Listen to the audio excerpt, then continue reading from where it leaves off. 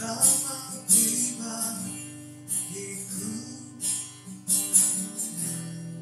sebagai bukti kasih-Mu, Yesus Kaulah Tuhan. Ku naikkan syukurku,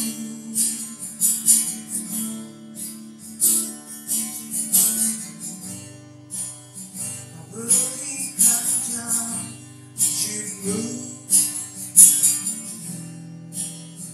untuk setelahku, Yesus kebenaran.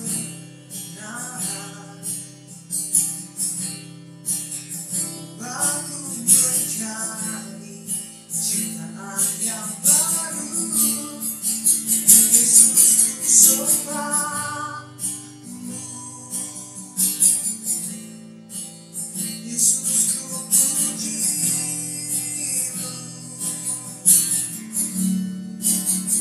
Kasih setia-Mu dan kebenaran-Mu bawaku lebih dekat pada terang-Mu. Kau berikan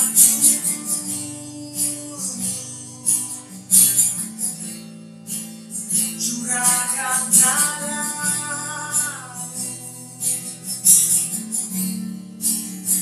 pengorbanan-Mu selamatkan hidupku. Yesus Kaulah terang dalam hidupku.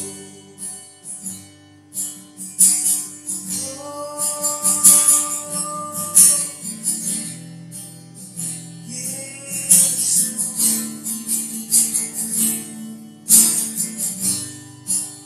Kau selamat tiba bagiku sebagai bukti kasih-Mu, Yesus Kaulah Tuhan. Ku naikkan syukurku,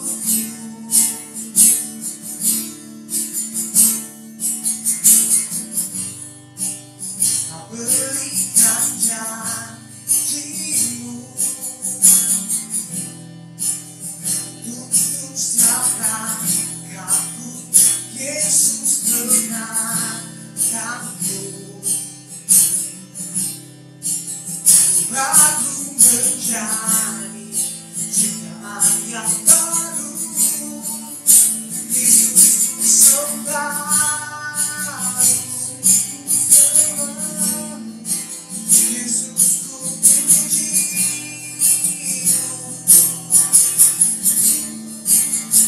Kasih setia-Mu dan kebenaran-Mu bawaku lebih dekat pada terang-Mu.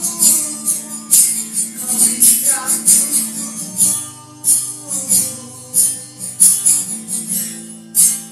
curahkan darah-Mu,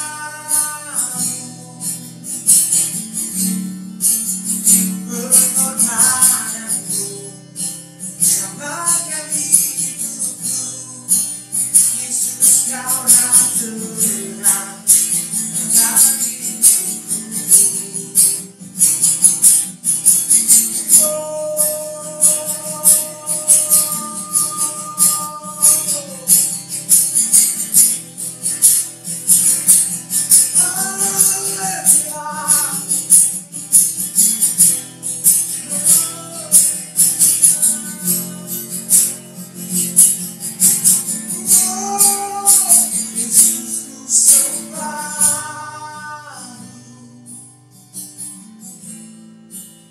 Yesus ku puji-Mu. Kasih setia-Mu dan kebenaran-Mu bawaku lebih dekat pada terang-Mu. Kau berikan curahkan darah-Mu,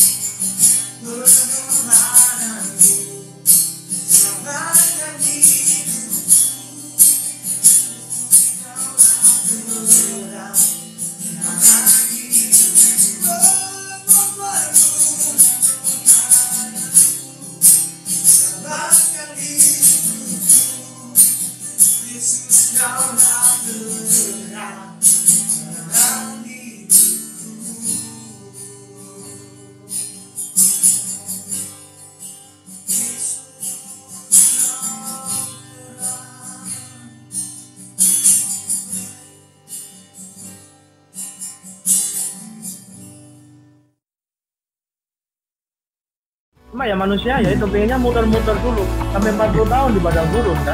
Syaratnya percaya loh. Kalau udah syaratnya percaya, sebetulnya ada syaratnya apa enggak? Saya ditanyain seperti itu. Meskipun kita dalam kelemahan seperti yang kita belajar tentang Yunus tadi, toh rencana Tuhan harus digenapi. Panggilan Tuhan terhadap kita tidak pernah gagal. Ya. Seri membaca Alkitab setahun. Shalom semuanya. Kasih karunia Tuhan Yesus Kristus memberkati kita sekalian. Kitab Yeremia, bacaan Alkitab hari ini 8 Agustus 2020 ini terambil dari Yeremia 40 sampai 42. Baca bagian Alkitab ini sehingga dapat memahami dengan penuh berkat. Yeremia 40-42 menuliskan tentang orang-orang yang tinggal di Yerusalem yang tidak menaklukkan diri kepada Nebukadnezar Raja Babel, seperti yang diperintahkan Tuhan kepada mereka untuk menyerahkan diri kepada Raja Babel. Ada 3 jenis orang yang diceritakan sebagai gambaran bagi kehidupan kita sekarang. Yang pertama adalah Gedalia bin Ahikam bin Safan. Ia telah diangkat menjadi pengawas negeri dan kepadanya telah diserahkan pengawasan atas laki-laki, perempuan, dan anak-anak, yaitu orang-orang lemah di negeri itu yang tidak diangkut dalam pembuangan ke Babel. Sepertinya Gedalia bin Ahimas bin Safan dibedakan dari Tuhan karena ia termasuk yang tidak menyerahkan diri tetapi memiliki kehidupan yang diberkati. Namun demikian dalam Yeremia 40, 13-14, Gedalia mendengar ancaman ini. Pada suatu kali Yohanan bin Kareah dan semua panglima tentara yang masih berada di luar kota datang kepada Gedalia di Mispa, dan mereka berkata kepadanya, "Tahukah engkau bahwa Balis, Raja Bani Amon, telah menyuruh Ismail bin Netanya membunuh engkau?" Tetapi Gedalia bin Ahikam tidak percaya kepada mereka.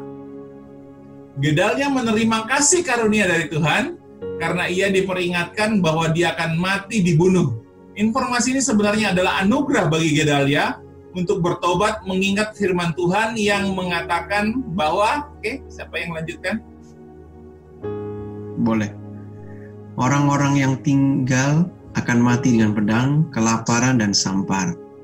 Tetapi Gedalia tidak bertobat. Dia menganggap kebaikan yang ia terima sebagai pemberian Raja Babel saja. Dan pada akhirnya, apa yang difirmankan Tuhan melalui Yeremia terjadi pada Gedalia. Dalam Yeremia 41 ayat 2-3 ditulis, "Dalam bulan yang ke-7 datanglah Ismail bin Netanya bin Elisama, ia keturunan raja dan perwira tinggi raja, beserta 10 orang kepada Gedalia bin Ahikam di Mispa. Sementara mereka makan roti bersama-sama di Mispa. Maka bangkitlah Ismail bin Netanya dengan ke-10 orang yang ada bersama-sama dengan dia. Lalu mereka memukul mati Gedalia bin Ahikam bin Safan dengan pedang. Demikianlah Ismail membunuh dia yang telah diangkat Raja Babel atas negeri itu. Juga semua orang Yehudi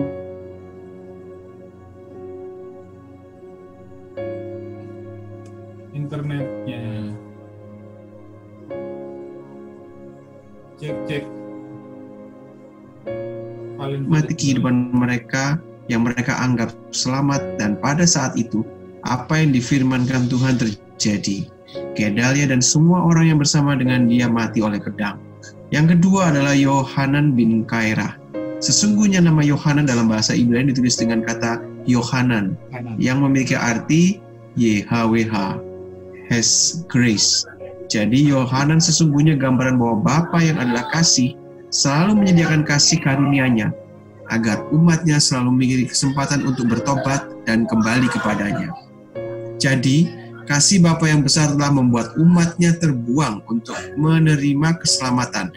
Dan untuk mereka yang melawan, yaitu mereka yang tinggal yang masih selamat, Tuhan pun memberikan kasih karunia-Nya agar mereka tidak terkena hukumannya. Bagi Gedalia, ia menolak kasih karunia dan akhirnya binasa. Lanjut, Pak.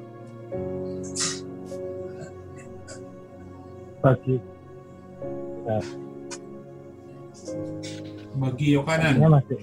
Bagi Yohanan, ia kemudian datang kepada Tuhan dan meminta Yeremia berdoa baginya.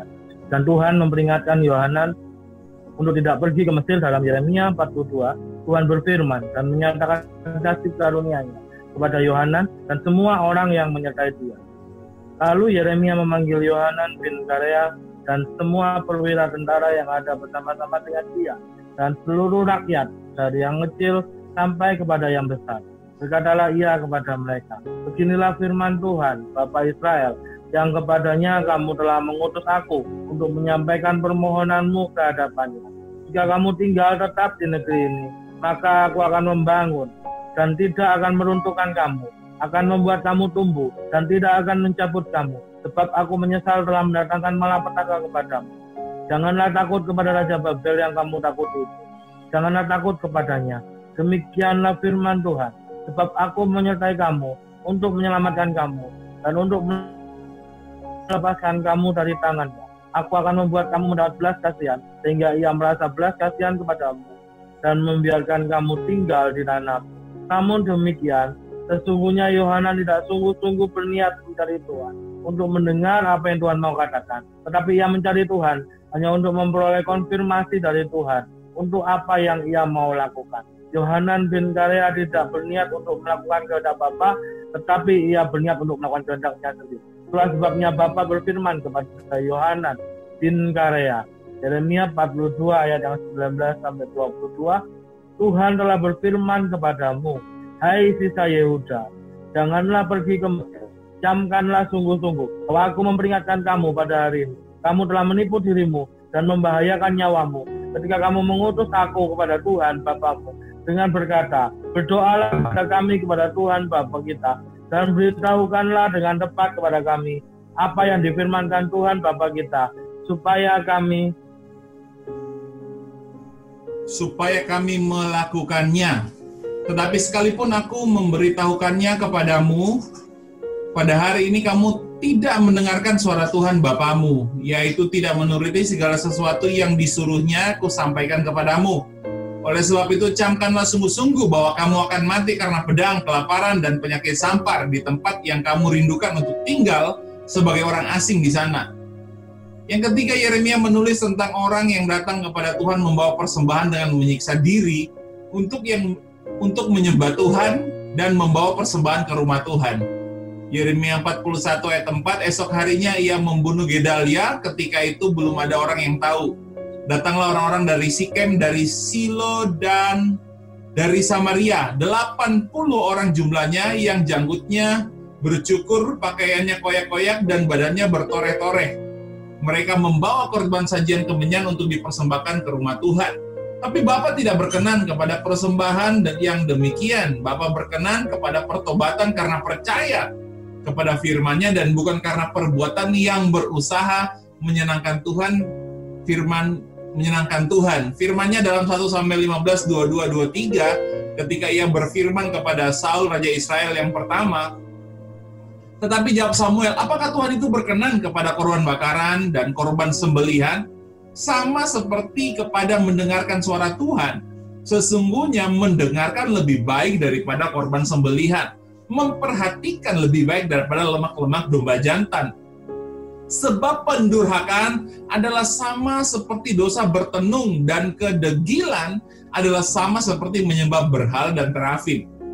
Karena engkau telah menolak firman Tuhan, maka ia menolak engkau sebagai raja, dan orang-orang itu pun mati disembelih, menggenapi apa yang difirmankan Tuhan melalui Yeremia, bahwa mereka yang tinggal akan mati dengan pedang, kelaparan, dan sampar.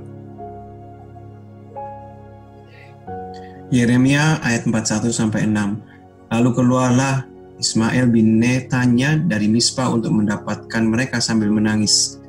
Ketika ia bertemu dengan mereka, berkatalah ia kepada mereka, pergilah kepada Gedalia bin Ahikam.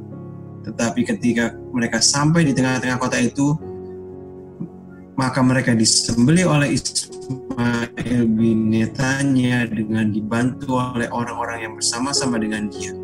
Mayat-mayat mereka dicampakkan ke dalam perigi. Marilah kita datang kepada Bapa dengan hati sampai hari ini hanya karena kasih karunia-Nya. Marilah kita selalu hidup dalam pertobatan yang tulus, yang artinya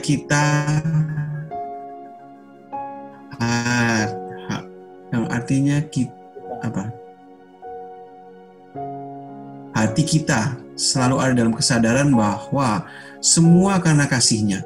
Semua hanya karena karya salib Kristus. Semua hanya karena kita sendiri. Semuanya hanya bagi kemuliaan Bapa. Marilah kita selalu mengingat kasih Bapa dalam pengorbanan Yesus Kristus di atas kayu salib.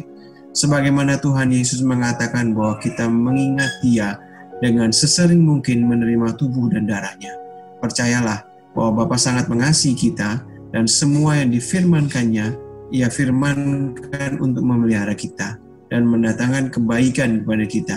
Apapun keadaan kita sekarang, Bapa tetap Bapa yang setia dan selalu dapat menjawab doa kita. Di dalam kebenarannya, yaitu Yesus, semua yang kita kendaki, kita pasti menerimanya. Jika dalam perjanjian lama kasih karunia diberikan kepada orang-orang yang sedang menerima penghukuman, lebih-lebih kita sekarang yang hidup dalam kasih karunia-Nya, kita pasti diselamatkan. Haleluya. Amin. Amin. Maranatha, datanglah Tuhan Yesus Kristus, kami menantikanmu. Oleh Pastor Joshua Tumakaka, Senior Pastor dan Gembala GCCC. Amin, amin, amin, amin, amin. Amin. Oke, Pastor Hendra bisa berdoa dulu, Pastor Hendra. Kita mulai dengan doa dulu. Ya, Iya. kita berdoa. Bapa, kami mengucap syukur atas anugerah-Mu. Dialah Tuhan, setiap yang menjadi pembicaraan kami pada hari ini melalui program Discipleship. Kami percaya Tuhan, dalam Kau mengurapi setiap kami, berikan hikmat setiap kami, dalam Kudus-Mu sendiri yang menjadi hikmat kami, sehingga apapun yang kami pelajari pada hari ini, semuanya menjadi berkat dalam setiap kehidupan kami dan menjadi berkat buat yang akan mendengarkan. Kami mengucap syukur, berkati setiap program ini, kami selalu dalam tangan-Mu, dalam nama Tuhan Yesus Kristus, kami berdoa, haleluya, amin. Amin, amin, amin, amin.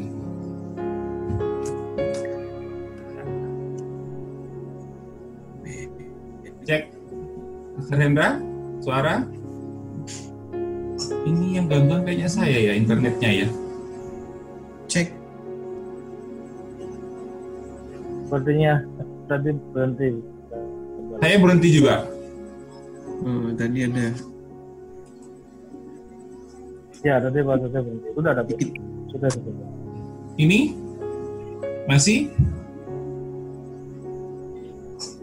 Sudah. Udah. Bisa ya? Sudah. Oke. Ya. Coba mungkin Pastor Hendra dulu deh mulai hal-hal apa yang Pastor Hendra tangkap dari tulisan ini, cerita tentang Yeremia 40 sampai 42. Ya. Oke.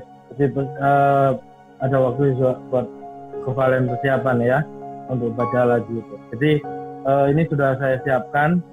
Jadi kan Pastor Joshua sampaikan di situ bahwa ada 3 jenis atau 3 tipe orang di dalam Yeremia pasal yang ke-40 sampai yang ke-42.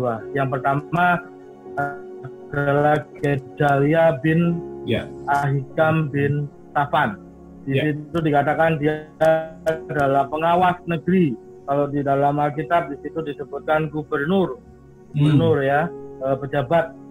Gedalia menerima kasih karunia, tetapi dia tidak mau menerimanya, tidak mau percaya karena dia percaya kepada kebenarannya sendiri. Saya katakan dia tidak mau menerima apa yang Bapak kasih karunia yang disampaikan melalui Yeremia. Dia tidak mau terima itu karena dia berpikir bahwa apa yang dia punya selama ini, jabatannya dia itu bukan karena Tuhan, tetapi karena Raja Nebukadnezar atau Raja Babel. Bukan karena Tuhan, tetapi karena kerja keras dia, karena usaha Gedalia selama ini, sehingga dia bisa diangkat menjadi gubernur. Ya, jadi dia tidak terhadap kebenaran Kristus, dia nggak mau terima, dia terimanya kebenaran diri sendiri atau kebenaran pribadi. Nah, kemarin di program Wisdom of Christ, Pastor Joshua sampaikan kalau tangan kita penuh, bagaimana kita bisa menerima. Ya, seperti kalau tangan saya penuh dua-dua ini, bagaimana saya bisa menerima apa yang Tuhan mau, yang Tuhan mau berikan. Kalau seperti Gedalia, dia nggak mau terima, dia pegang apa yang menjadi kebenarannya dia pegang jabatannya dia pegang apa yang menjadi kebanggaannya dia. Nah, jadi dia nggak mau terima, tangannya penuh dua-dua. Nah, ketika dilepaskan baru dia bisa menerima. Seperti itu tadi, katakan Gedalia ini adalah tipe daripada Gedalia, dia tidak mau menerima kasih karunia. Dan kemudian Bapak Gedalia diberi kesempatan untuk bertobat Bertobat dalam bahasa aslinya sebetulnya memakai kata metanoia, perubahan pola pikir. Ya. Nah, kalau pola pikir kita benar, akan menghasilkan kehidupan kita yang benar, yaitu the right thing produce the right life. Ya. Kemudian Gedalia dan semua orang yang bersama-sama dengan dia tadi kan mereka dibunuh sedang makan roti, tadi Pastor Joshua sampaikan itu, dibunuh sedang makan roti di Mizpah. Artinya mereka sedang menikmati kehidupan mereka yang mereka merasa bahwa itu adalah keselamatan mereka, yang mereka merasa bahwa mereka anggap bahwa itu baik-baik saja kehidupan mereka, tidak ada yang salah dengan kehidupan mereka. Nah, itu gambarannya sedang menikmati makan roti tadi, menikmati kehidupan mereka. Jadi menurut mereka baik-baik saja, menurut mereka selamat dengan kebenaran mereka, dengan melakukan hukum Taurat, self-righteousness ya. Kemudian yang saya tangkap itu juga ada di Mizpah. Mizpah yang kalau saya lihat di kamus Alkitab adalah tempat untuk berjaga-jaga. Artinya adalah kita harus jaga, kita harus sadar bahwa kita itu hidup, kita bernapas, kita semua yang ada yang kita punya sampai hari ini apapun itu semua hanya karena kasih Bapa yang besar bagi kita. Jadi bukan karena usaha kita, seperti Gedalia ini tadi, bukan karena kerja keras kita, bukan karena apa yang kita lakukan, tetapi semua hanya karena kasih karunia Bapa yang begitu besar dalam kehidupan kita. Yang kedua yang saya tangkap adalah Yohanan bin Kairah. Oh, dalam bahasa Ibrani tadi memakai kata Yohanan yang artinya Yahweh has grace. Yahweh dari kata asal Heye, Esher, Heye, yang artinya adalah I am who I am. Aku adalah aku. Jadi Yohanan adalah Bapa itu kasih karunia. Jadi Yohanan ini gambaran Bapa yang adalah kasih karunia yang selalu menyediakan semua anugerahnya, menyediakan kasihnya bagi anak-anaknya. Jadi tangannya selalu terbuka, dia menunggu anak-anaknya. Walaupun mereka yang menolak kasih karunia, ataupun mereka yang belum menerima, ataupun mereka yang masih mengeraskan diri dengan self-righteousness tadi, mereka menolak kasih karunia itu, tetapi Bapa tetap memberikan kasih karunia-Nya supaya mereka semua tidak menerima hukuman. Kalau di dalam Matius 18 ayat yang ke-14 di situ dikatakan, Matius 18 ayat yang ke-14, demikian juga Bapamu yang di surga tidak menghendaki supaya seorang pun dari anak-anak ini hilang. Jadi Bapa tidak mau anak-anak itu hilang. Dia mau semua diselamatkan karena kasihnya yang begitu besar. Dalam Yohanes 3:16 dikatakan karena begitu besar kasih Bapa akan dunia ini sehingga semua orang yang percaya kepadanya tidak binasa melainkan beroleh hidup yang kekal. Bukan begitu besar dosa, tetapi begitu besar kasih Bapa. Yang ketiga adalah orang-orang yang datang kepada Tuhan membawa persembahan dengan menyiksa diri untuk menyembah Tuhan dan membawa persembahan ke rumah Tuhan. Bapak tidak berkenan, seperti Pastor Joshua sampaikan, Bapak tidak berkenan untuk persembahan yang seperti ini, yang demikian. Maksudnya adalah persembahan yang agamawi, yang kita lakukan untuk atau kita lakukan supaya itu adalah agamawi.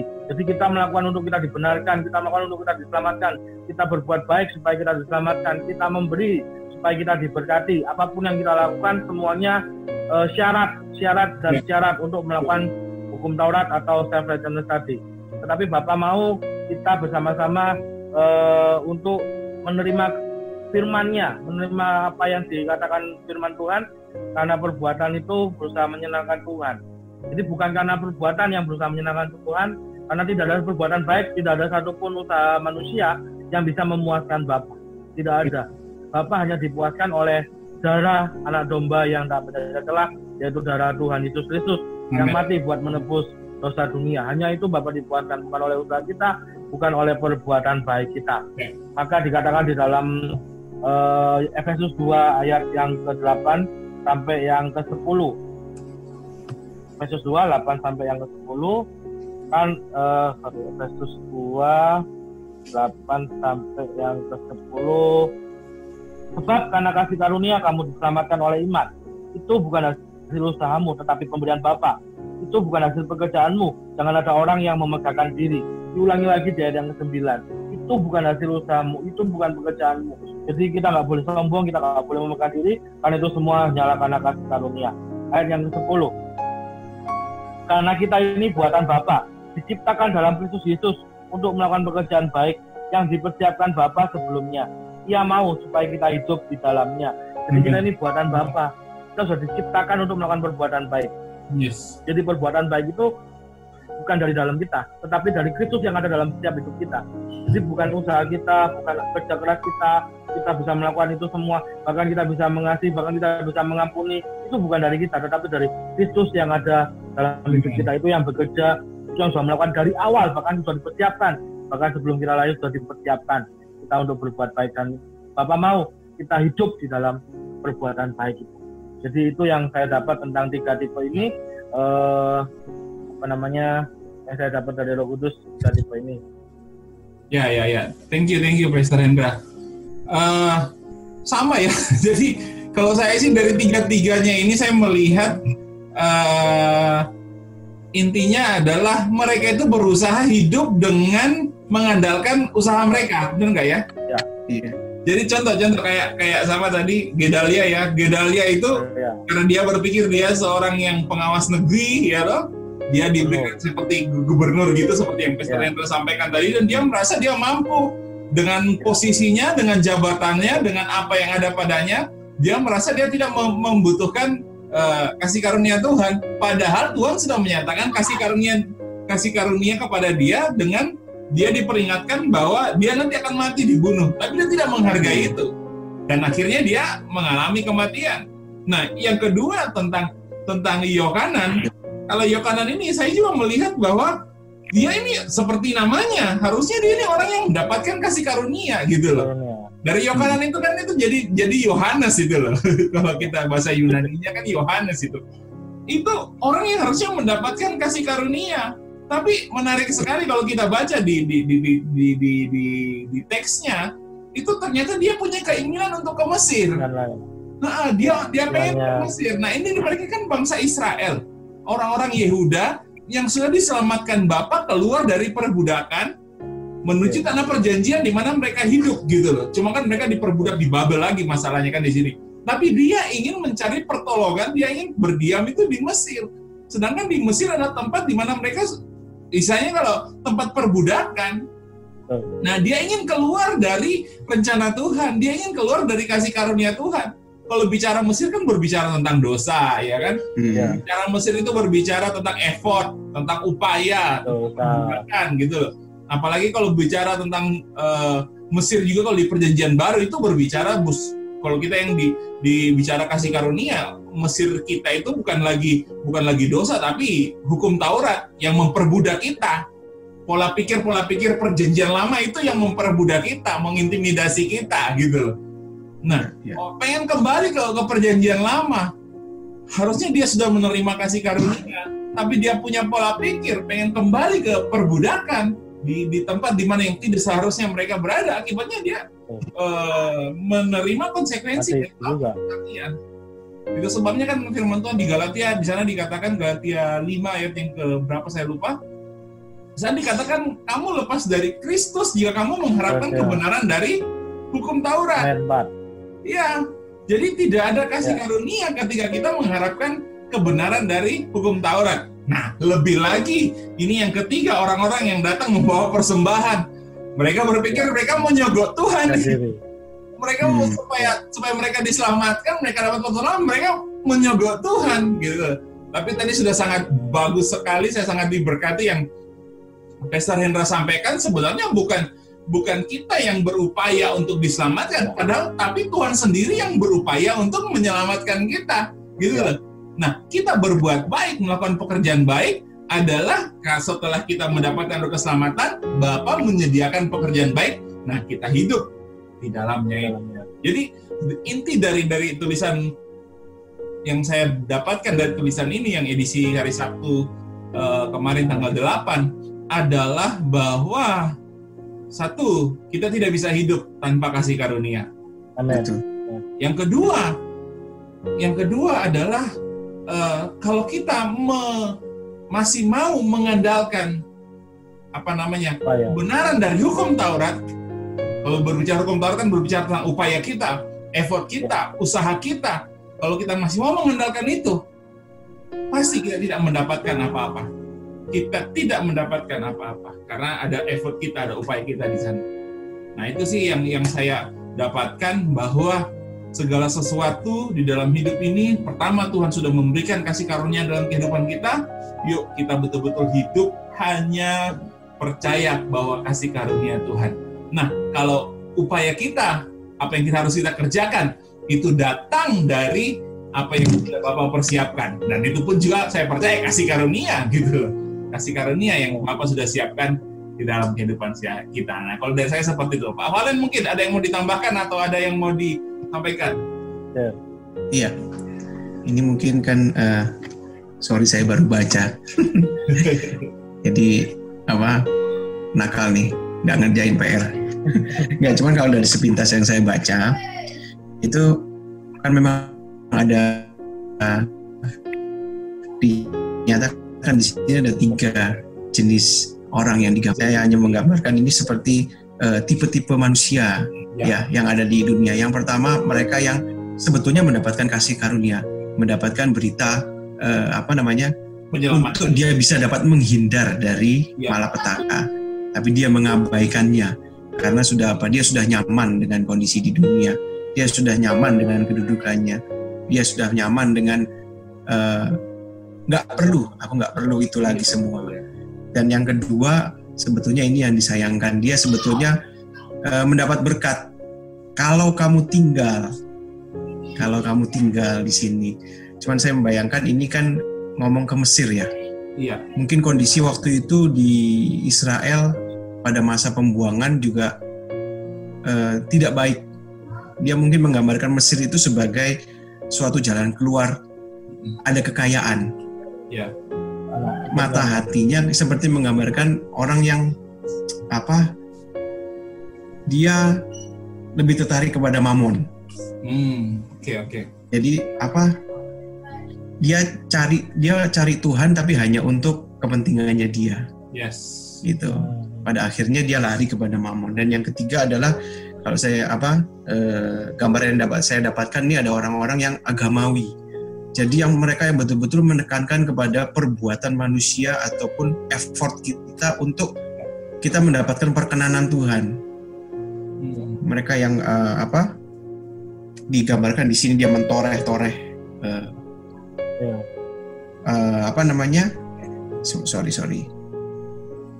janggutnya bercukur, pakaiannya koyak-koyak, badannya bertoreh-toreh. Mereka bawa korban sajian dan kemenyan untuk dipersembahkan di rumah Tuhan. Seperti gambaran tadi Pak Dev yang ngomong, mereka seperti mau nyogok Tuhan. Ya, ini semuanya ngomong sebetulnya bangsa Israel yang mendapat perkenanan dari Tuhan, tapi mereka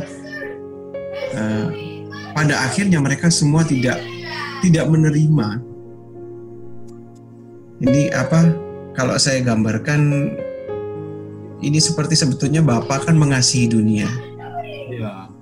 Maka diberikannya anaknya yang tunggal supaya barang siapa yang percaya kepadanya tidak binasa. Ya, dari situ penjelasannya dari Pak Dave dan Pastor Hendra sebetulnya sudah lengkap bahwa di perjanjian baru saat ini kasih karunia itu Bapa berikan melalui Yesus Kristus, keselamatannya daripada Dia. Itu sih kalau yang saya dapat. Jadi maaf mungkin kurang lengkap. Jadi inti dari ketiga orang ini sebenarnya mereka tidak mau percaya pada kasih karunia Tuhan, benar nggak ya? Iya. Mereka tidak mau percaya. Tuhan sudah bilang begini, kamu bakal diselamatkan nih, kamu akan diluputkan, dikasih tahu ada malapetaka depanmu. Mereka tidak mau percaya. Yohanan juga di sini aja, tapi dia masih berpikir mau ke Mesir. Ya tadi karena dia boleh Mesir lebih makmur. Yohanan malah minta nubuat ya, Pastor. Gimana?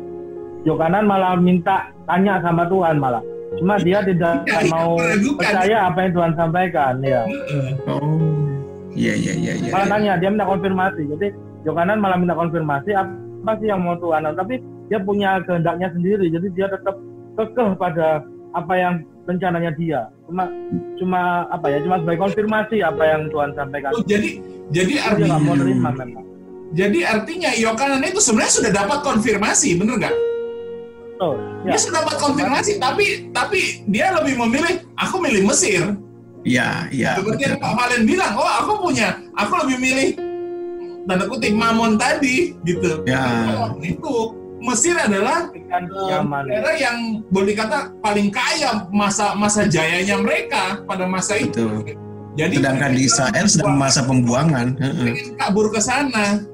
Iya, betul.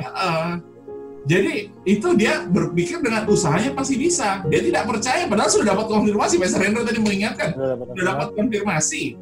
Tapi dia tidak mau percaya, sudah dikonfirmasi loh.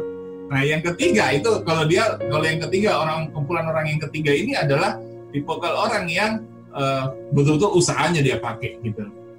Dia pengen dengan usahanya untuk mendapatkan keselamatan, mendapatkan pembenaran dari Tuhan. Mungkin gambarannya mereka yang kembali ke hukum Taurat, kembali yang harus melakukan ini dan itu untuk mendapatkan keselamatan. Mungkin gambarannya saat ini seperti itu, padahal mereka sudah tahu Bapa yang hidup, Tuhan yang hidup itu siapa. Iya. Itu mungkin gambarannya seperti dan itu. Dan kalau dari Tuhan sendiri kan cuma ingin dia dipercayai, bener gak sih? Betul. Dipercayai. Benar-benar percaya seutuhnya, bukan kita dengan perbuatan kita. Ya, bukan Jesus plus. Iya. Iya. Jesus plus nothing. Nah, tadi saya menarik ada satu hal yang saya note yang tadi Pak Valen sampaikan. Ini tadi yang tentang Gedalia ya, yang orang yang pertama itu dia sudah mendapatkan kabar, tapi dia menolak untuk percaya. Itu banyak nih di generasi kita sekarang. Yesus tuh juru selamat, Yesus yang sanggup menolong, hiduplah di bawah kasih karunia. Tapi mereka berpikir untuk, sebelumlah. Padahal berita itu sudah disampaikan kepada mereka. Aku tak senang-senang dulu lah, benar nggak sih? Ada Sudahlah, harus kita kayak gini aja lah. Kita enjoy dulu aja kehidupan. Nanti kalau sudah umur sekian baru mau bertobat, kan biasa seperti itu. Nanti baru mengalami masalah, baru mau bertobat. Atau juga ada orang-orang yang sudah dengarkan kasih karunia itu kita hidup cuma di bawah kasih karunia, harapan kasih karunia, percaya kasih karunia. Tapi dia berpikir bang, enggak lah, enggak mungkin sih Tuhan memberkati kalau dia tidak melakukan ini. Ya. Gitu. Jadi dia menolak untuk sungguh-sungguh percaya masih ada unsur perbuatan yang dia harus dia lakukan supaya tanda kutip sempurna keselamatan Tuhan dalam kehidupan dia. Iya, betul. Itu kan ada orang-orang yang tipikal seperti itu pada masa sekarang. Iya. Jadi dia berpikir bahwa harus sesuatu harus dikerjakan, harus dilakukan. Kalau untuk mencapai sesuatu hal, walaupun itu juga keselamatan harus tetap dikerjakan. Sama seperti yang dikatakan di kerjakanlah keselamatanmu kan? Dalam Filipi 2 ayat 8, kerjakanlah keselamatanmu. Kerjakanlah keselamatanmu dengan takut dan gentar. Padahal ayatnya kan. Coba kita buka ya, kita buka. Iya, boleh. Filipi 2. Oh, bukan. Gimana ayatnya kok lupa saya?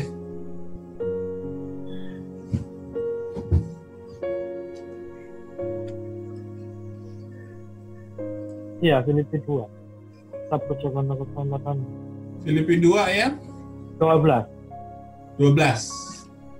ya, Filipi 2, 12, 13. Oke, saya share ya.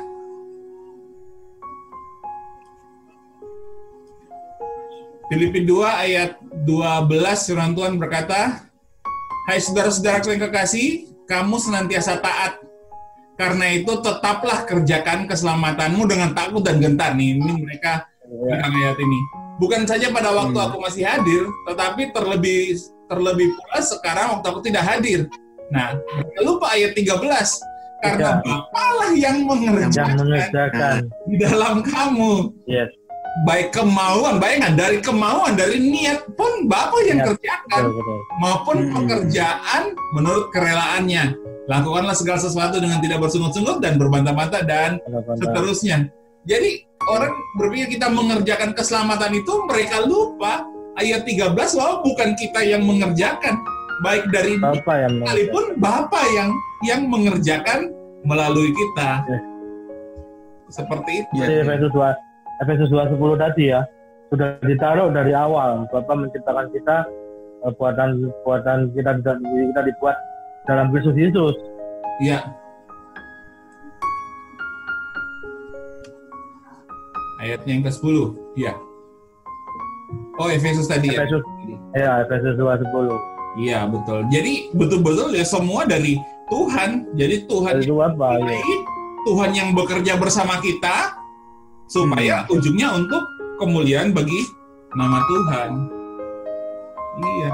Sebenarnya memang intinya adalah kekristenan ini hidup karena percaya ya. Hanya percaya. Nah, dari percaya itu kita bisa kemudian dapat pewahyuan dan kita tahu apa yang kemudian harus kita kerjakan, dapat tuntunan, dapat hikmat. Khotbah hari Minggu tadi ya. Dapat hikmat sehingga kita tahu apa yang harus kita lakukan. Wah, keren. Nah, ini menarik kalau dari hikmat tadi itu. Ya. Sebetulnya dalam bacaan yang hari Sabtu ini kan ada perbedaan perintah dari Tuhan. Ya. Gedalia dibilang untuk pergi. Kalau kamu tinggal di sini, kamu mati. Oh ya. Kalau Yohanan, kamu tetap tinggal. Iya. Karena kamu akan membangun dan kamu tidak akan diruntuhkan. Oke. Tetapi yang satu disuruh pergi dia tinggal, yang satu disuruh tinggal dia pergi. Jadi sebetulnya bukan apa yang kita kerjakan sih intinya, bukan kasih karunia Tuhan itu datang kepada kita, apalagi di saat seperti ini tuh Yesus Kristus yang adalah hikmat, seperti yang tadi Pak Yosua katakan ya. Dia yang akan menuntun kita untuk kita berjalan. Nah, itu kita dengar-dengaran atau tidak.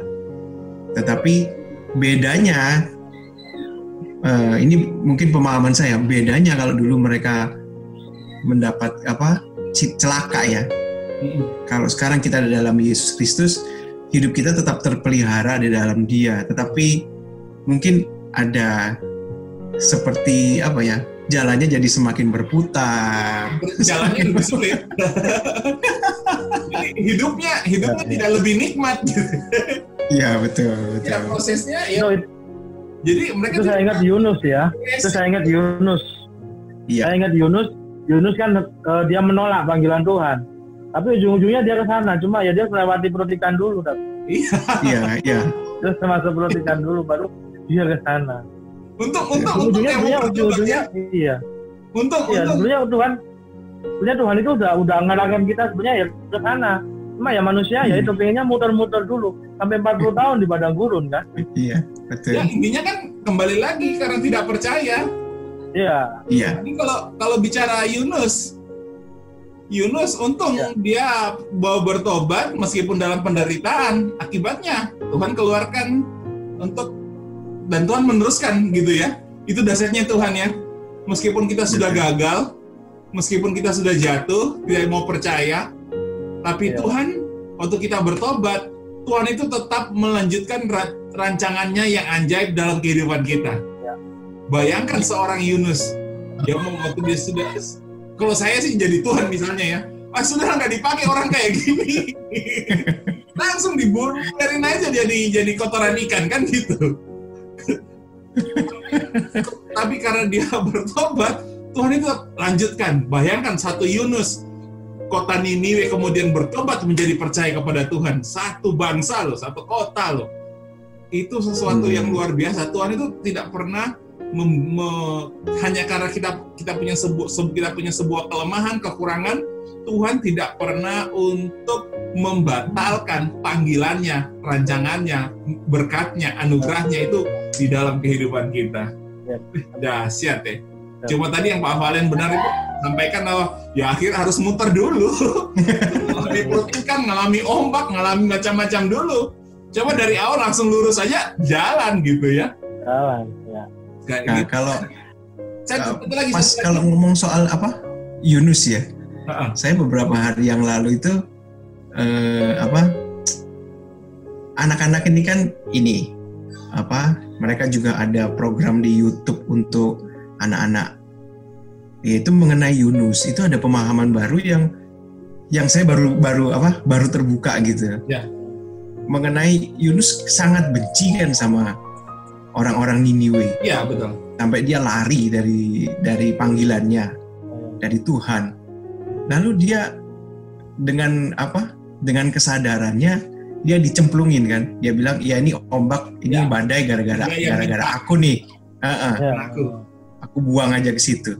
Seakan-akan dalam suara hatinya, daripada gua ke Niniwe, lebih baik gua mati. Ya. Nggak apa-apa.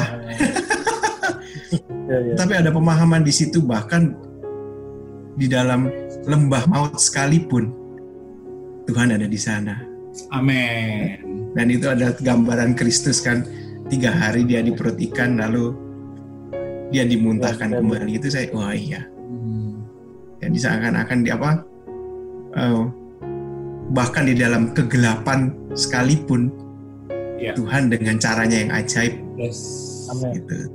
Dia menyelamatkan kita.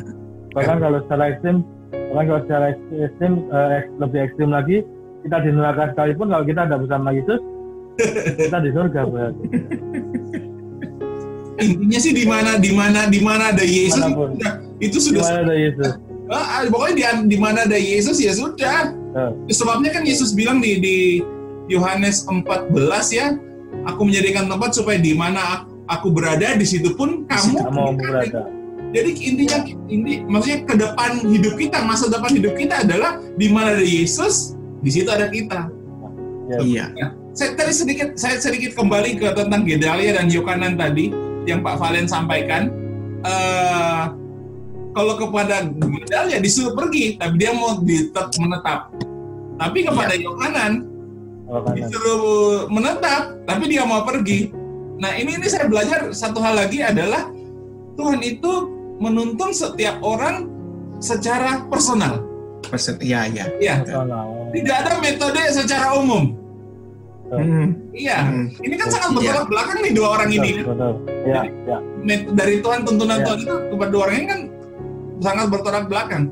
Tapi itu padahal mereka dari satu orang-orang dari pembuangan yang orang Yehuda. Orang sama dalam satu daerah gitu loh. Nah, tapi Tuhan itu berkarya kepada mereka itu personal, pribadi. Artinya begini, kalau saya belajar itu dalam kehidupan kita pun gereja Tuhan itu berperkara secara pribadi. Tuntunan Tuhan buat saya kepada Pastor Hendra, kepada Pak Valen itu beda-beda gitu loh. Meskipun untuk sebuah rancangan yang mungkin tujuannya sama, misalnya gitu. Sama. Misalnya kalau kita pengen diberkati secara finansial, misalnya luar biasa gitu kan. Metode Tuhan buat saya kepada Pastor Hendra, kepada Pak Valen itu bisa beda-beda gitu loh. Betul. Jadi kita tidak bisa bilang, bukan yang Pak Dev itu bukan dari Tuhan, yang dari Tuhan itu kayak cara saya, kan tidak bisa seperti itu. Ya, karena Tuhan berperkara kepada kita itu secara personal. Kita tidak makanya tidak ada sebuah waktu Yesus menyembuhkan juga, dia tidak pakai metode yang selalu sama untuk menyembuhkan orang yang sakit. Metodenya beda-beda. Saya belajar tujuannya apa? Supaya kita cuma bisa berfokus hanya kepada Tuhan saja. Ya, supaya kita bukan metodenya ya. Kepada Tuhan saja, gitu. Iya. Bukan caranya, bukan metodenya ya. Iya, betul. Jadi bukan kepada metodenya, tapi guidance apa, hikmat apa, tuntunan apa yang Tuhan berikan padamu pada saat itu. Gitu. Waktu itu disitulah kita bisa berjalan dalam ketaatan. Berjalan dalam ketaatan, nah disitulah kita melihat seperti yang tadi dalam pekerjaan baik, ya situlah kita mengerjakan, kemudian kita mendapatkan kehidupan di dalamnya. Ya keren. Nah, ini nanti kalau kita lihat tentang binasa, tentang mereka mati ya, itu bukan mati secara fisik, tetapi gambarannya adalah binasa itu adalah tidak hidup kekal, maksudnya mereka nggak menerima hidup kekal itu. Karena mereka nggak percaya kasih karunia itu, berarti mereka tidak menerima hidup kekal itu. Apa hidup kekal itu? Di dalam Yohanes 17 ayat 3, hidup kekal adalah mengenal Bapa yang benar dan mengenal Yesus Kristus satu-satunya yang anaknya yang tunggal, satu-satunya anaknya yang diutus. Jadi mengenal Bapa secara benar itu hidup kekal. Dan kita di dalam kasih karunia kita mengenal Bapa secara benar di dalam kasih karunia itu. Iya, betul. Jadi kekal itu bicara tentang pengenalan akan Tuhan. Cuma masalahnya pengenalan akan Tuhan kan tiap orang itu berbeda-beda gitu. Cuma yang pasti kita bisa memahami Dia secara jelas dan nyata, yaitu lewat Kristus. Lewat Yesus Kristus. Itu yang menjadi sebuah sebuah kesamaan. Boleh berbeda sudut pandangnya, tapi senternya, fokusnya itu harus Yesus. Dalam Yesus ada anugerah, ada pengampunan, ada belas kasihan. Tidak ada yang buruk, tidak ada yang negatif di dalam diri Yesus. Itu intinya. Jadi kalau kita mau mengenal Bapa secara umum di luar Yesus, bisa. Orang mengenal Bapa di perjanjian lama, Bapa yang suka ngamuan, Bapa yang murka, Bapa yang menghukum. Benar kan? Salah, mati. Lihat Tuhan, mati. Gitu. Itu. Tapi kalau sekarang kita punya pengenalan akan Bapa adalah pengenalan melalui Yesus Kristus. Yang firman Tuhan katakan, penuh kasih karunia dan kebenaran. Amin. Kita tidak mengenal lagi Bapa yang di luar Yesus yang zaman perjanjian lama. Gitu. Ya. Ada tanggapan? Ini sih saya baru dapat sih. Apa namanya? Ini yang saya dapat lagi nih, ketika kita sekarang hidup di dalam zaman anugerah. Kita bukan hidup di dalam zaman Musa dan hukum Tauratnya, tapi kita hidup di dalam zaman anugerah. Tetapi banyak orang yang mereka menolak kasih karunia itu, mereka kembali lagi ke Mesir tadi, kembali ke hukum Taurat. Mereka nggak mau hidup di zaman sekarang, zaman kasih karunia. Padahal Tuhan Yesus sendiri berkata, mereka sendiri diberi hukum Taurat, tapi mereka sendiri nggak melakukan. Mampu melakukan, iya. Tapi sekarang kita di zaman ini yang dikasih zaman kasih karunia, mau balik lagi ke zaman hukum Taurat, malah ngomong, kok enak, semua kok enak, gitu ya. Kok tinggal percaya aja, kok enak gitu katanya ya. Makanya kasih karunia itu too good to be true. Terlalu baik untuk menjadi sebuah kebenaran. Jadi orang sulit untuk percaya. Benar. Tapi makanya kita dimintanya itu untuk percaya gitu. Ya. Betul. Tapi percaya aja susah loh sebetulnya ya. Diminta untuk percaya aja, tapi percaya aja sebenarnya susah loh. Apa namanya, benar nggak sih kalau ada kan bilang keselamatan itu tanpa syarat. Ya. Tanpa syarat. Terus ada pertanyaan loh, kalau syaratnya percaya loh, kalau udah syaratnya percaya, sebetulnya ada syaratnya apa enggak? Saya ditanyain seperti itu. Gimana tuh? Ayo, pertanyaan dulu nih. Katanya tanpa syarat. Tanpa syarat, karena sebenarnya iman percaya itu juga bukan hasil usaha kita. Ya. Tapi iman percaya itu diberikan oleh Roh Kudus, karena firman Tuhan berkata tidak ada seorang pun tanpa Roh Kudus yang bisa berkata terkutuklah Tuhan Yesus. Tidak ada seorang pun yang bisa mengaku Yesus adalah Tuhan tanpa Roh Kudus. Jadi itu anugerah. Sebetulnya ada percaya pun anugerah gitu, Pak ya. Percaya pun anugerah, betul. Jadi itu bukan merupakan syarat, iman pun itu anugerah kalau saya loh ya. Yang saya dapat begitu, iman pun itu anugerah karena tidak ada seorang pun yang bisa berkata Yesus adalah Tuhan selain daripada Roh Kudus, bukan kita. Bukan dari manusia yang mengucapkan itu, tapi Roh Kudus yang mengucapkan. Sama seperti kalau kita mau mengkristenkan orang, bahwa orang masuk Kristen nggak bisa. Kalau nggak ada panggilan, kalau bukan karena Roh Kudus, kalau bukan karena Tuhan sendiri yang manggil, nggak bisa. Betul. Jadi kita balik lagi upaya kita dong. Kalau iman balik lagi usaha upaya. Sifat kita sebenarnya, tugas kita sebenarnya cuma memberitakan Injil aja. Yesus mengasihimu, Yesus mau menyelamatkanmu. Mau percaya nggak? Cuma itu aja. Jadi percaya kan keputusan hati, bukan sesuatu yang harus kita kerjakan, benar nggak sih? Bukan sesuatu yang harus kita perbuat, tapi itu keputusan hati yang tidak ada satupun orang bisa lihat, gitu loh. Tapi buah dari kepercayaan itulah yang kelihatan, misalnya lewat perbuatan baik. Tapi kita sudah percaya dulu nih. Tapi kalau bicara tentang terima Yesus, tentang keselamatan, ya saya begini, saya belajar Tuhan itu tidak pernah memaksakan kehendak ya kepada kita. Saking kasihnya Bapa, saking kasihnya Tuhan, dia tidak pernah memaksakan kehendak kepada kita. Jadi menawarkan keselamatan, menawarkan dirinya sendiri, tidak memaksa. Kalau kita berpikir kita butuh, kita mau menerima, yes, kita memilih untuk percaya, maksudnya gitu ya. Kita mau percaya, ya sudah, kita mendapatkan itu. Kalau tidak sekalipun, kalau misalnya kita adalah bagian orang, misalnya contoh gini nih, dalam satu keluarga, ini ada satu film yang saya pernah nonton, cuma saya lupa apa namanya nih. Jadi itu sangat memberkati film rohani. Jadi ada satu keluarga, itu ada seorang ibu itu yang mendoakan anaknya. Jadi ibu ini dia mendoakan anaknya itu supaya anaknya itu menjadi orang yang percaya kepada Yesus. Anaknya ini orang kaya. Dia orang kaya, dia seorang bisnismen, dia seorang yang secara finansial sangat-sangat oke. Tapi karena mereka hidup di Amerika, kalau nggak salah ini true story, mereka hidup di Amerika, dia tidak mau percaya dengan urusan-urusan yang rohani gitu loh. Karena kan di sana sangat rasional banget gitu loh. Hidup, bekerja keras, punya uang, itu baru bisa menikmati hidup. Ya. Gitu. Jadi, tapi ibu ini mendoakan gitu loh. Mendoakan dan dia percaya firman Tuhan bahwa satu orang diselamatkan, dia dan seisi rumahnya diselamatkan. Jadi itu doakan dia sampaikan kepada Tuhan. Hingga satu ketika ada seorang yang mau melayani anaknya untuk menerima Yesus, tapi anaknya ini menolak.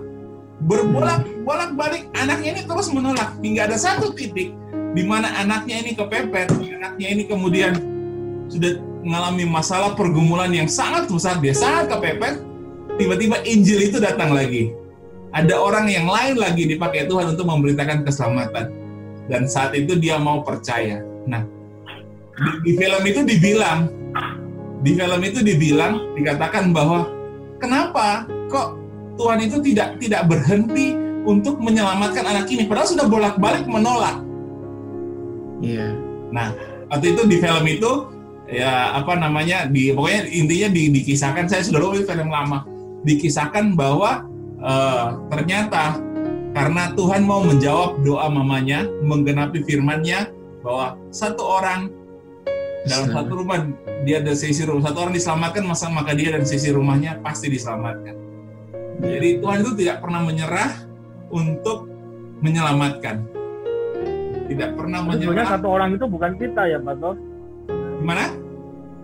Sebenarnya satu orang itu bukan kita, satu orang itu Yesus. Satu orang percaya, sisi rumah tangga, sisi keluarga diselamatkan. Oh, itu kalau saya sih konteksnya itu ya. Kalau saya belajar itu konteksnya kan dia kepada itu perkataan Rasul Paulus sama Petrus kan kepada perwira itu. Jadi itu berbicara tentang keluarga yang di bumi. Bukan tentang itu satu orang itu. Ketika perwira imannya Kristus, dia dan seisi rumahnya diselamatkan. Maksudnya satu orang dalam satu keluarga, sama seperti Rahab. Ketika Rahab percaya, dia dan seisi keluarganya diselamatkan. Jadi rancangan Tuhan itu tidak maksudnya gini, ketika firman itu disampaikan, nah misalnya saya dan seisi rumah saya diselamatkan, itu sebuah kepastian gitu loh. Itu bukan hal yang rohani, tapi itu hal yang dalam memang kehidupan, janji Tuhan untuk kehidupan kita sehari-hari. Nah, dalam Kristus sebagai juru selamat kita, itulah jalan keselamatan kita. Jadi pada waktu Rasul Petrus menyampaikan itu kepada perwira itu ya, itu berbicara tentang dia dan keluarganya. Jadi saya gambarannya seperti itu sih. Jadi memang Tuhan itu tidak pernah menyerah untuk menyelamatkan. Tidak pernah menyerah. Tidak pernah menyerah. Karena tidak ada satupun yang hilang kan. Nah, cuma ini akan kemudian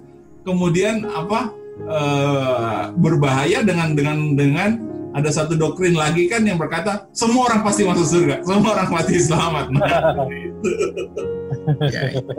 itu next kita bahas ya. Ya. Boleh. Itu kan ada seperti itu. Jadi sudahlah, tapi kan semua pasti masuk surga.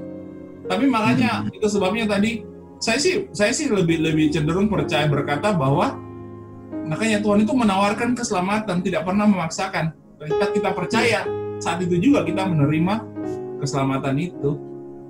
Ya, dan kita bersyukur kita hidup dalam kasih karunia ya sekarang ya. Amin. Jadi bahkan pada waktu saat pembuangan seperti itu Tuhan memberikan kasih karunia terlebih lagi buat kita saat ini. Dan saya percaya juga berita kasih karunia saat-saat ini Tuhan pun juga tidak berhenti-hentinya untuk semakin tersebar ya. Itu Amen. sih kerinduan saya juga ya. Amin. Kabar baik ini sampai kepada orang-orang, bahkan kepada orang-orang mereka yang tetap. Dan saya ngelihat bahwa akhir-akhir ini mungkin ya karena masa pandemi ini ya, mulai saya lihat banyak pengkhotbah atau pembicara-pembicara mereka yang akhirnya ya walaupun masih ini ya, masih Ya.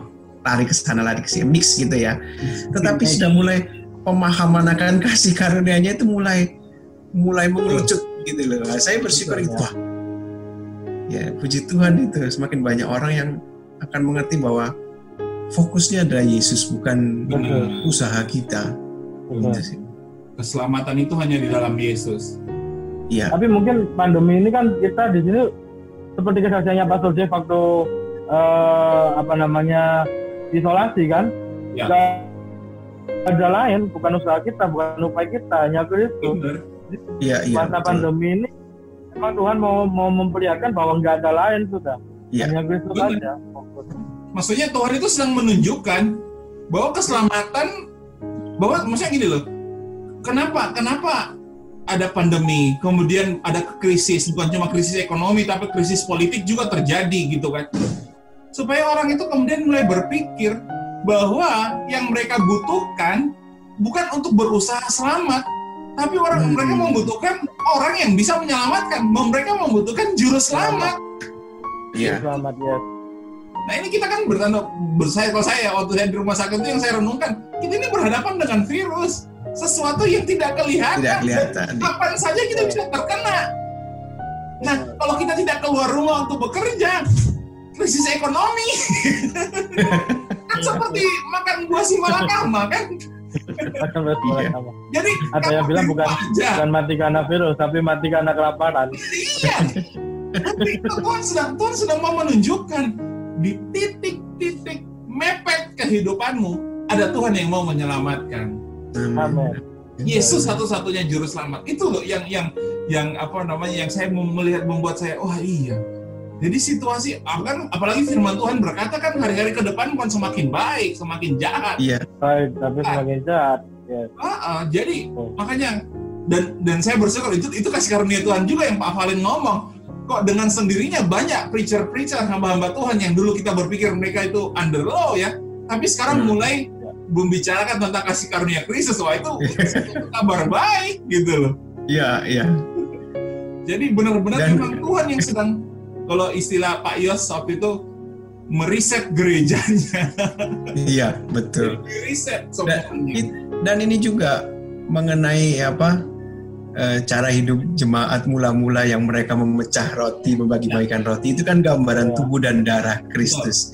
Kalau dulu, kita sebulan sekali aja, seminggu, 2 minggu sekali, ini jadi kayak ritual, ya kan, seperti itu. Sekarang mereka sadar, dan puji Tuhan mereka sadar, mereka bilang, saya angkat perjamuan tiap hari, perjamuan tiap hari. Jadi, puji Tuhan. Jadi memang sebuah kebutuhan kepada Yesus ya. Iya. Wow, dahsyat ya. Wah ini bener loh. Ini Tuhan sendiri loh yang mengubah gerejanya loh ya. Tuhan sendiri loh. Tuhan sendiri loh yang mengubah gerejanya. Padahal bukan karena pengkhotbah ya. Iya. Orang kan ibadahnya di rumah sendiri. Gitu. Iya ibadahnya di rumah betul. Justru ketika ibadah di rumah ya.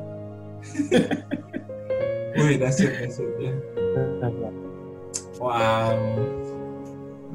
Kalau Pastor Hendra udah mulai ini, gimana? Udah mulai ibadah offline di Kebonrejo? Belum. Kita belum mulai. Belum. Sama nunggu apa-apa. Karena firman Tuhan dikatakan, berbahagialah orang yang datang membawa kabar baik. Yes. Ya. Betul. Itu dinanti-nantikan kabar baik itu. Benar. Saya malah sempat berpikir itu begini. Wah, dulu waktu masih ibadah ibadah dulu ya, masih ibadah offline ya. Sebelum pandemi ini. Ya. Kebanyakan kan yang diberitakan itu kan ini loh, ada yang motivasi, ada yang tuntutan, ada yang intimidasi, kan banyak yang seperti itu ya loh. ada yang cuma Iya. hiburan, kan banyak yang seperti itu gitu loh. Bahkan di Indonesia pun kabar tentang kasih karunia ini tidak cepat membesar gitu loh. Iya. Tapi justru ibadah online ini, berita-berita kasih karunia malah justru muncul dengan sendirinya semakin banyak gitu loh. Dan saya percaya bahwa jemaat itu dituntun Tuhan untuk memilih gitu loh. Oh, aku mau dengar ini, aku mau dengar ini, aku mau dengar ini gitu loh. Iya. Benar sih. Kayak saya kan juga selain hari Minggu saya dengarkan dari gembala loh. Tapi juga saya juga belajar, saya mau dengarkan dari si pastor ini yang saya pilih. Iya. Khotbahnya itu memberkati saya atau tidak. Kalau tengah-tengah khotbah ada intimidasi, ada sesuatu yang tidak, ya saya ganti, terserah saya kan. Pilih pendeta beda. tinggalan tuh ya. Tinggal pencet ya. Dulu kan enggak. Hari Minggu 45 menit, 2 jam datang ibadah ya cuma aja. Terus dengerin ya. Kalau sekarang enggak. Kalau khotbahnya enggak enak saya ganti. Ya tinggal pencet klik. Iya. Jadi saya percaya itu guidance dari Tuhan. Saya percaya Tuhan itu yang menaruh di hati kita untuk kita kemudian betul-betul dibawa Tuhan untuk diajar secara pribadi dengan Tuhan melalui media. Wah, itu cara Tuhan juga untuk memulihkan umatnya, untuk menyelamatkan gerejanya. Keren ya, Tuhan itu. Keren.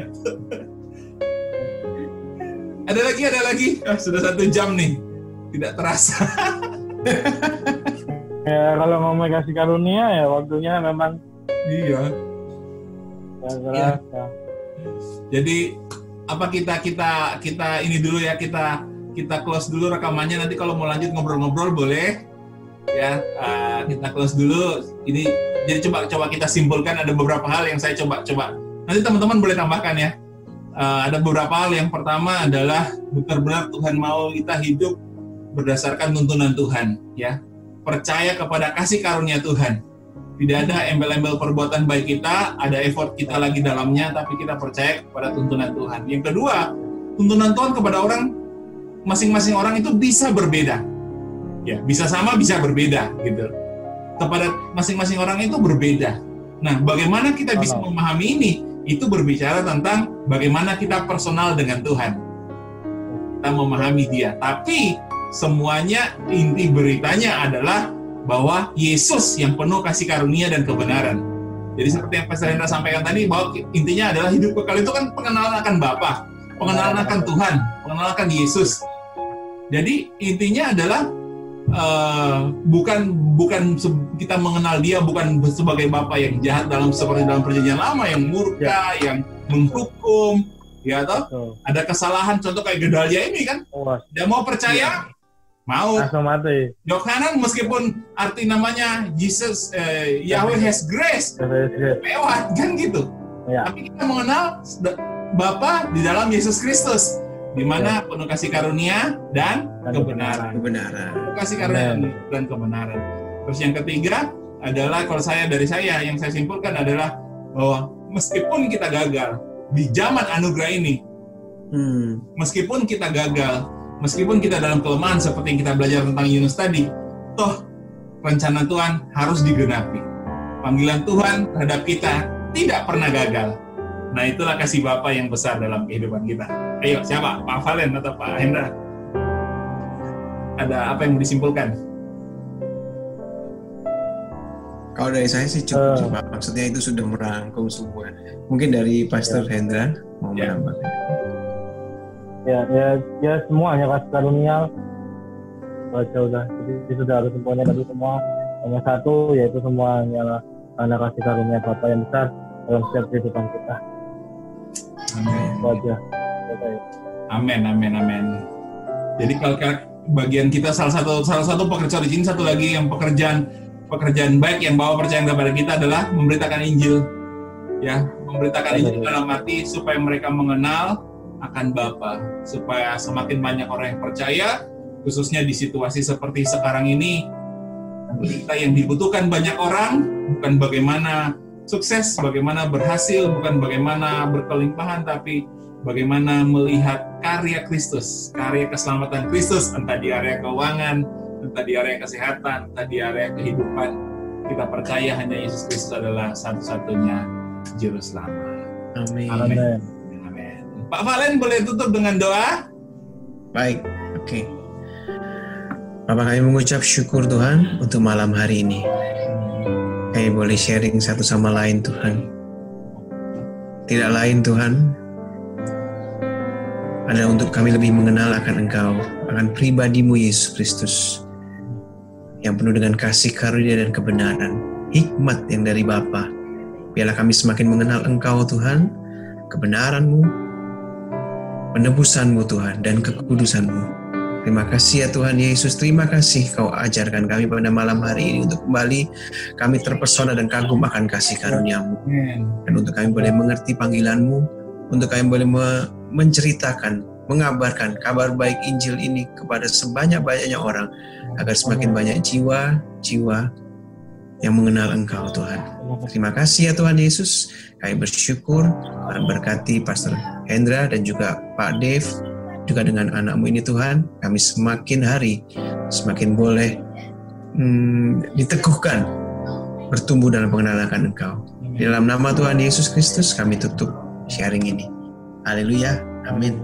Amin, amin, amin, amin. Terima kasih semua, sampai jumpa. Tuhan memberkati.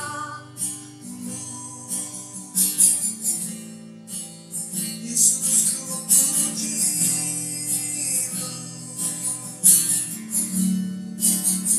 kasih setiamu dan kebenaranmu membawaku lebih dekat pada Tuhanku.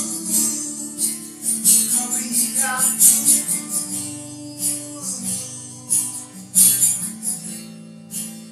curahkan